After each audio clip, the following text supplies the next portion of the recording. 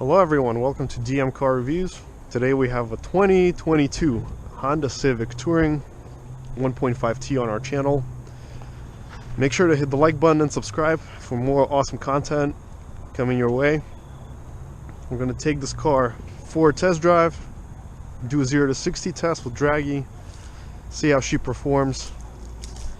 I've already filmed the 2.0 version of this vehicle. I'll attach the link down below so you can go and watch it.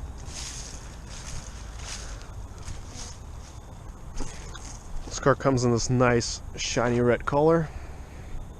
I think it looks very, very bold.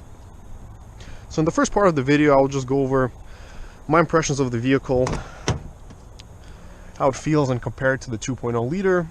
Then we're just gonna have a quiet POV drive and then a highway drive. I'm 6'2", and there's plenty of space behind. There's ample headroom. Got an armrest with cup holders.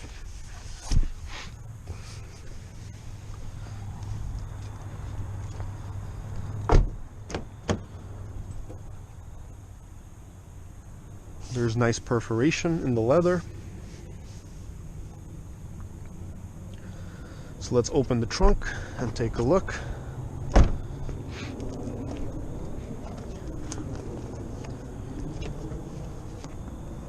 Also quite some ample space.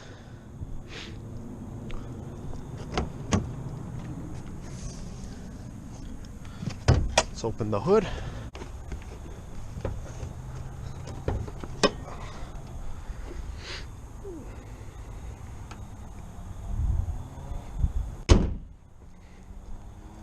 All right, let's take the Civic for a drive and see how it performs.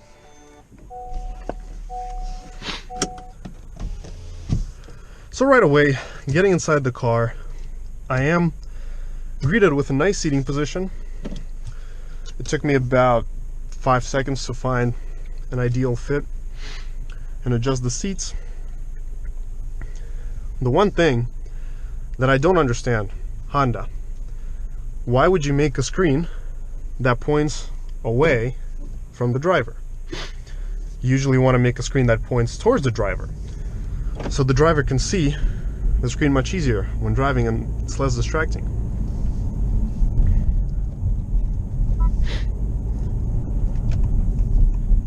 So immediately versus the 2.0 liter version, the first difference, and I think it's quite major, is the noise level in this car.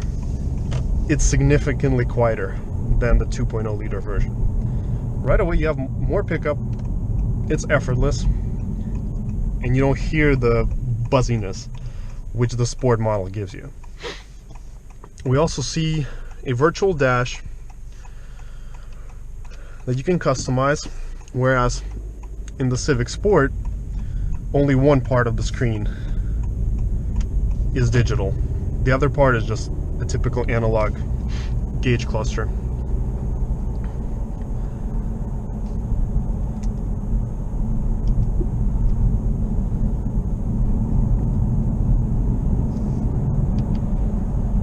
So this specific model is equipped with a navigation system. It's also equipped with Sirius XM, Bluetooth, and all the standard suite of options that you would get in the 2 liter version. I do believe this also comes with the upgraded stereo, comes with the heated seats, wireless phone charger,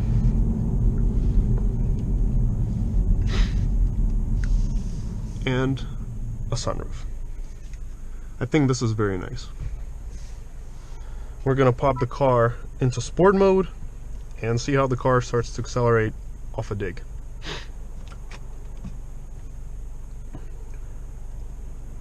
But this I just don't understand. Like, how can this screen be tilted the other way? It doesn't make any sense to me personally. These are nice dials. I also think it would be really cool if they made the color change like Audi does, where when you tilt it to the left, it becomes blue, and then if you tilt it to the right, it becomes red.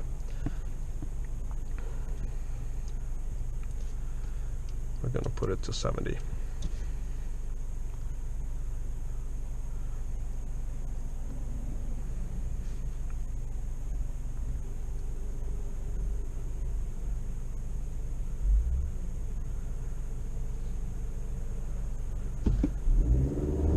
So right away, versus the 2-liter version, the pickup off the line is ages better. So I maybe applied 30% throttle right now, maybe 40%, and the car just shot out really quickly. We left the mainstream traffic behind us, and this is not even half throttle. This is just sport mode and applying only partial throttle. The 2.0 liter version, it would start to grunt, get really loud, and once the RPMs would hit about 4,000, the car would start accelerating properly. This does not seem to be an issue in this car.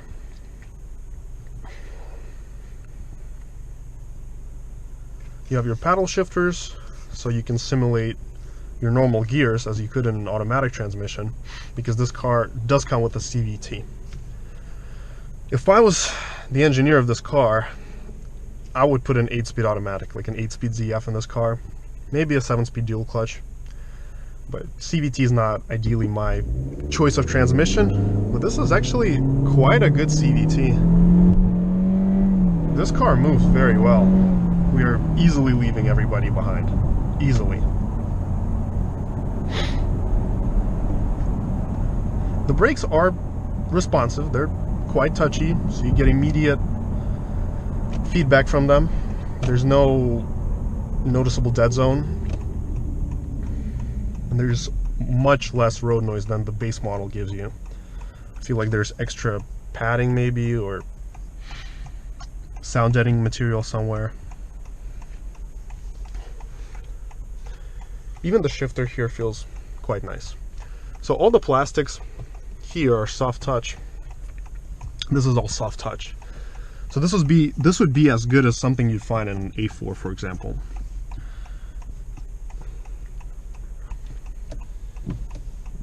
The wipers have the fluid dispersers in them, so very similar to what Volvo has in their S60. So from this point on, we're just gonna do a quiet drive, enjoy the vehicle, and please tell me your thoughts about this car. What would you change about it? What do you like about it? And any suggestions, ideas, please comment down below, and enjoy the test drive.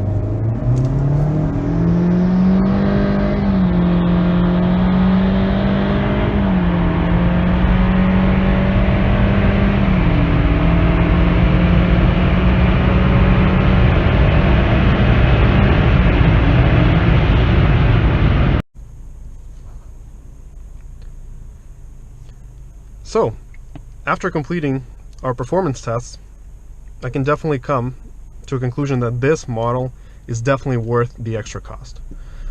So we ran a 15.4 at 93 miles an hour, which is almost 1.5 seconds faster than the Civic 2.0 liter Sport. That car ran a 1699, I think, or 16.9 at 86 miles an hour, and this car ran at over 93 miles an hour, like 93.3. So you can definitely tell how big of a difference this car is in terms of performance.